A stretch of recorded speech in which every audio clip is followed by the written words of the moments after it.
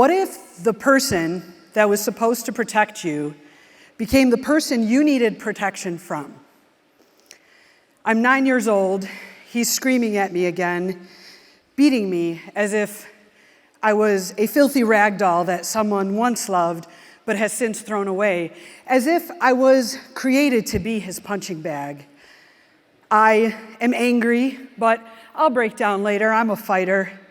This is just the way it's always been. The abuse, the anger, the beatings. But today, he takes me to an even darker place. Later, I've been banished to my room. It's quiet, and I hear him creeping down the hall. Slowly, he opens the door, and his dark, beady eyes are staring at mine. He walks in. It's my dad. I don't understand it, but my dad has been hurting me in this way. He climbs into bed next to me, his naked body on mine, and I don't understand it. What's happening? I hear him smile, kiss me on the lips, and walk away. And I don't understand it. What's just happened? I'm all sticky. I've been raped. It's the first time, but it won't be the last. See, for 20 more years, I endure all types of abuse from my dad. And I wanted to stop. I mean, the world thinks we're the perfect family. 6 beautiful children, a beautiful marriage, or so it seems. But really, behind closed doors, it's horror. We look successful, we're religious, and, we went from rags to riches at one point, but it's horrific. I want it to stop. It's your fault, they tell me. Someone in here has heard that before. You make and bring out his worst. Some tender soul here heart breaks because you've heard that before, and it's the abuser that brings out the worst in you. I want it to stop. My mom won't stop it. My siblings say, this is normal.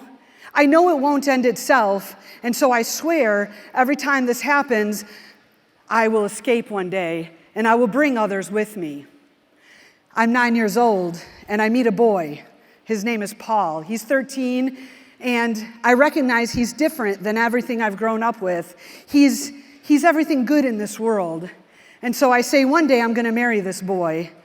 We are best friends throughout our whole life, and at 20, he asked my dad to date me. My dad says, no, never. This will never happen. So we stay friends, and at 25, we date. We don't tell anyone. We fall madly in love when we tell my dad, and he says, him or us. If you choose him, we'll never speak with you again. If you choose us, you must cut him out of your life. This was my comfort zone, though. This was all I knew, and I wouldn't survive without them, or so I was told, so I chose them. 3 years later, I finally escape. I'd hit rock bottom. Oh, I'd hit rock bottom before, but this time I was done, and I left. Within a year, I go on Match.com, and that boy that I'd fallen in love with, the boy that I told everyone about that would listen even for a moment, that boy was now a man, and he was on Match. Paul Dries was on Match, and he found me. So we eloped on Valentine's Day, 2012, and 12 years later, through a lot of therapy, my therapist is here today, and through a lot of love, we are now the proud parents of 2 beautiful boys. We have a beautiful tribe, and I run a nonprofit that serves domestic violence survivors. But see, I'm not the only one in this room that has experienced this. Somebody sitting next to you in the crowd right now has experienced this. 1 in every 4 women and 1 in every 7 men has reported to receive some sort of domestic violence in their lifetime. Your brother, your sister, your cousin, your friend. 44% of domestic violence goes unreported. But today that's going to change, because today you're all going to leave here as guardian angels of survivors, and we're going to talk about how.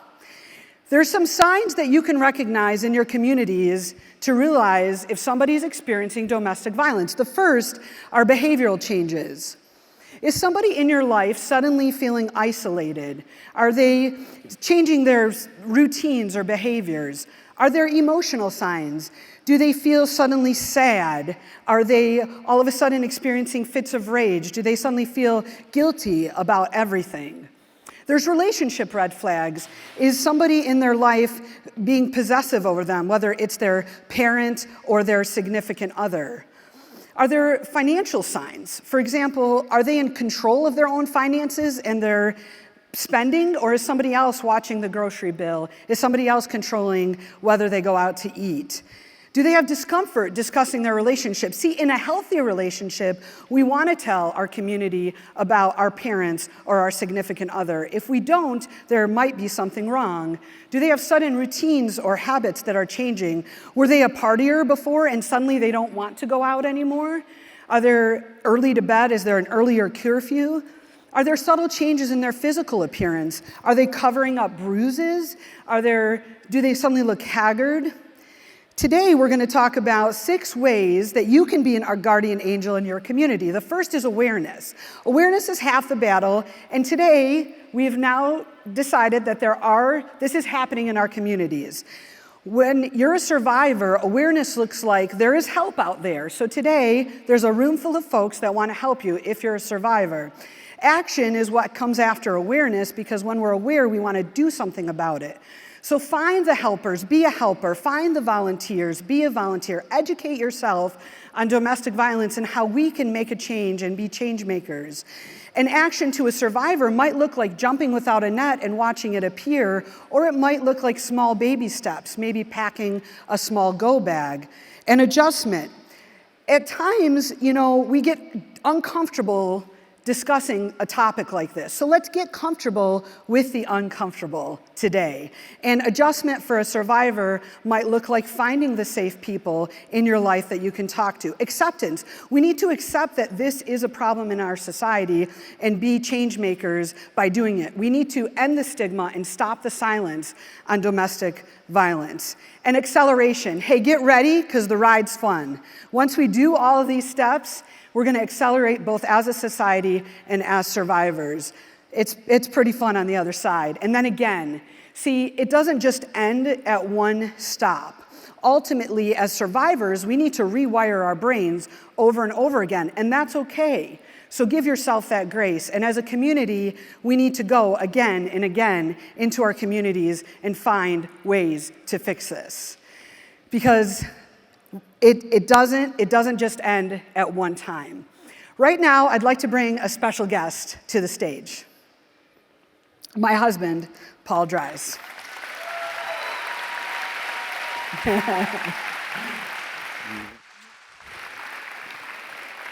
Wow, incredible. Good job. I just wanted to say one thing, and this is directly towards the men in the audience today.